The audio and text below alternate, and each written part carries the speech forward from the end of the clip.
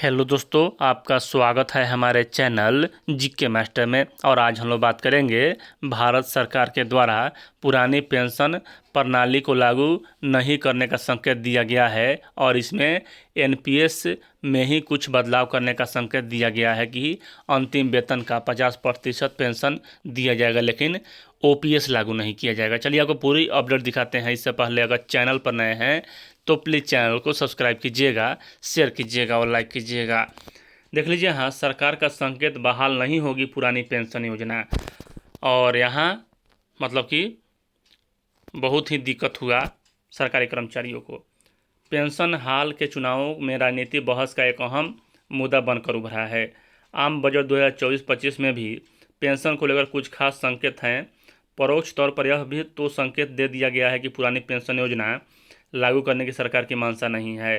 हाल में संपन्न हुए लोकसभा चुनाव और उसके लिए पहले राज्यों के चुनाव में भाजपा को जो जीत मिली थी, उससे सरकार पेंशन के मुद्दे पर अब बैकफुट पर नहीं है। यही वजह है कि उसने नई पेंशन स्कीम में ही कुछ बदलाव करने की बात कही है।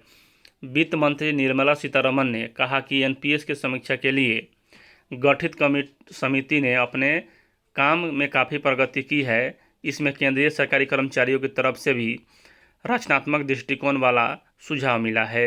अब एक ऐसा समाधान निकाला जाएगा जिससे प्रासंगिक मुद्दों का समाधान होगा। इसके अलावा वित्त मंत्री ने माता पिता अभिभावकों द्वारा अवयस्क बच्चों के लिए अंशदान पर आधारित एनपीएस वात्सल योजना शुरू करने की घोषणा की है।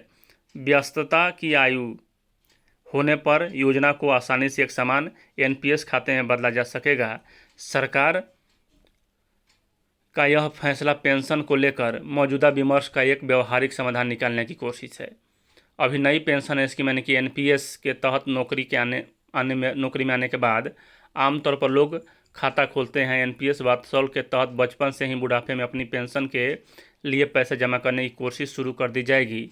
जानकार बता रहे हैं कि वर्ष 2040 के बाद भारत की तैयारी है कि एक रिपोर्ट के मुताबिक 2040 में बुजुर्गों की संख्या धीरे धीरे इजाफा हो जाएगा। ऐसे में बुजुर्गों के लिए वित्तीय संसाधन की सुविधा का इंतजाम किया जाए। अब यहाँ जो एनपीएस में कटौती होगा 14% होगा।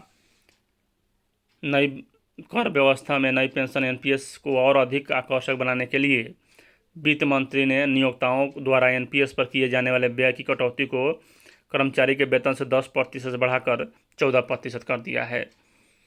इसी तरह नई कर व्यवस्था को चुनने वाले निजी क्षेत्र, सार्वजनिक क्षेत्र, यहाँ 14% अब आपका एनपीएस कटने वाला है आपके वेतन से।